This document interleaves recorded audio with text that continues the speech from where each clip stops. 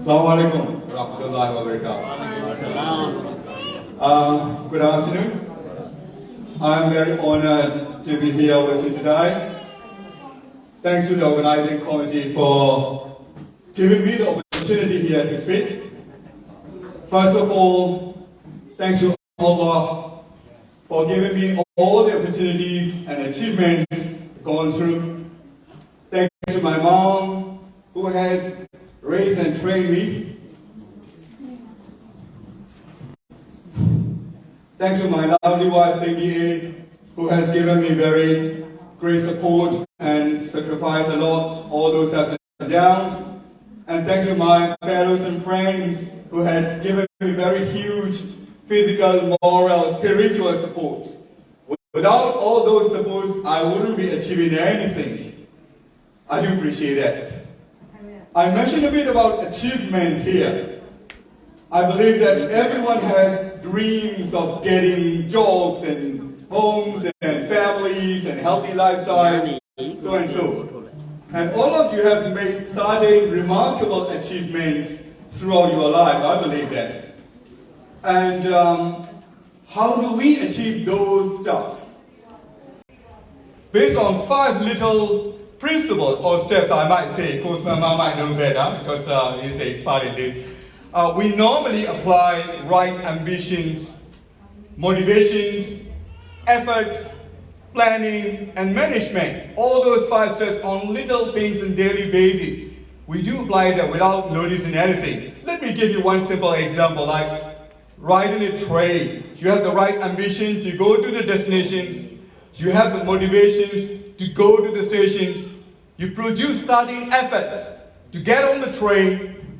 Train itself is planning and management, which will bring you to the desired achieved locations or destinations. But if you apply all those 5 steps, not just on your daily life, if you plan it properly for the short-term and long-term goals, that will be perfect. But remember, don't get lost while chasing down your dreams in this dunya or here, or we call it dunya anyway. Remember, we must have the purpose of achieving in both here and hereafter, or we call dunya and akhirah. I mentioned a bit about the purpose here. Some people might say, I don't have any purpose of living in this life. What's the purpose of living? It is meaningless, it is worthless. I don't want to live anymore, let me end my life here, which will drag you to the mental depressions or ending your life or even suicide. Remember, we must have the purpose of achieving in both here and hereafter. We are here, Allah, the oneness of God, the Lord of Prophet, the Lord of Abraham, the Lord of Jesus, the Lord of Moses. Allah, who created the whole universe, has the reason sending us to this world so that we achieve in both here and hereafter. Why do we do that? We have to use all those resources available to us, learn the lessons, improve our life, and achieve in both dunya and akhirah. I mentioned again a bit about the purpose or the learning lessons and improve our life. You know, everyone has different scenarios, ups and downs going through. The situations we are going through, the situations others are going through, like in Turkey, Syria recently, and many more going on across the world. By seeing, by hearing, by feeling, by experiencing, you can learn the lessons, improve or build up all those physical, moral, spiritual values, and achieve things in both here and hereafter. Remember, Allah has been testing us by giving you or by taking back from you. Sheikh Ustaz Sia Yunus mentioned recently, we don't belong, we don't own anything. Allah sent us here. So, we all have to be reminding ourselves, we have to be very grateful for what we have and strive hard to achieve things. Let me give you two simple examples before I conclude this short talk. Back in 1993, back in Burma, I finished my HSC, we call matriculation exams.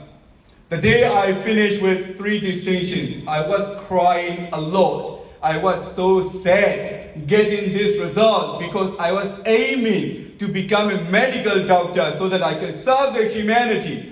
But that day I was crying because even my mark was very close to that medical uni enrollment which I couldn't achieve.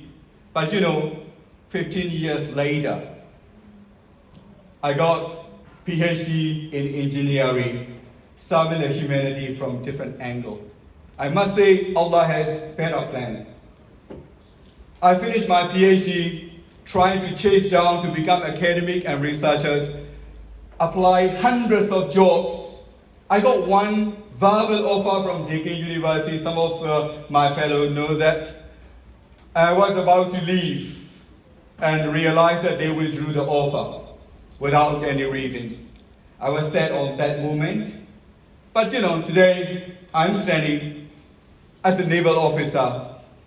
I'm applying, contributing all my engineering experience, knowledge, academic, all those expertise to the Australian Defence Force for the greater cause, serving the nation, protecting this country and its national interest. I must say, Allah has better plan. I always remind myself 3 things. Don't get lost. Get out of your comfort zone. Push yourself to the limit. Inshallah, we will achieve things in both dunya and akhirah. Thank you very much.